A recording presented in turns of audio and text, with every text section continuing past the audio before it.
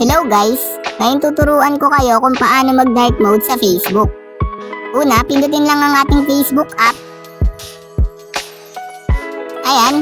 Then, kapag nandito na tayo sa ating Facebook app, kung mapapansin nyo sa taas yung 3 lines, sa upper part, sa right side, yung 3 lines, pindutin lang natin yung 3 lines.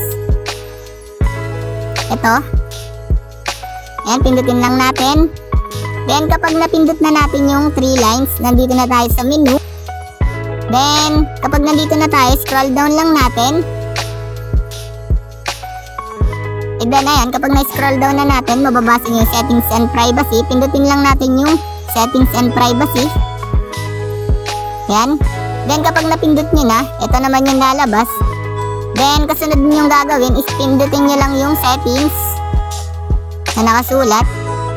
Then, ayan, kapag napindot nyo na, nandito na tayo sa settings and privacy. Then, scroll down lang natin. Yan, scroll down lang natin. Then, mababasa nyo yung dark mode. Hanapin nyo lang yung dark mode. Eto siya. Ayan, yung dark mode. Then, kapag nakita nyo na yung dark mode, pindutin nyo lang yung dark mode. Ayan. Then, kapag napindot nyo na yung dark mode, kung mapapansin nyo na naka-turn off siya, then, gagawin natin is, pindutin natin yung on.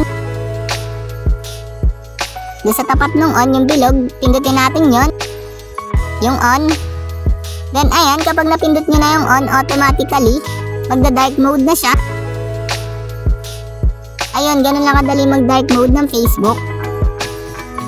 Ayun lang, thanks for watching. Subscribe me for more videos like this. Thank you.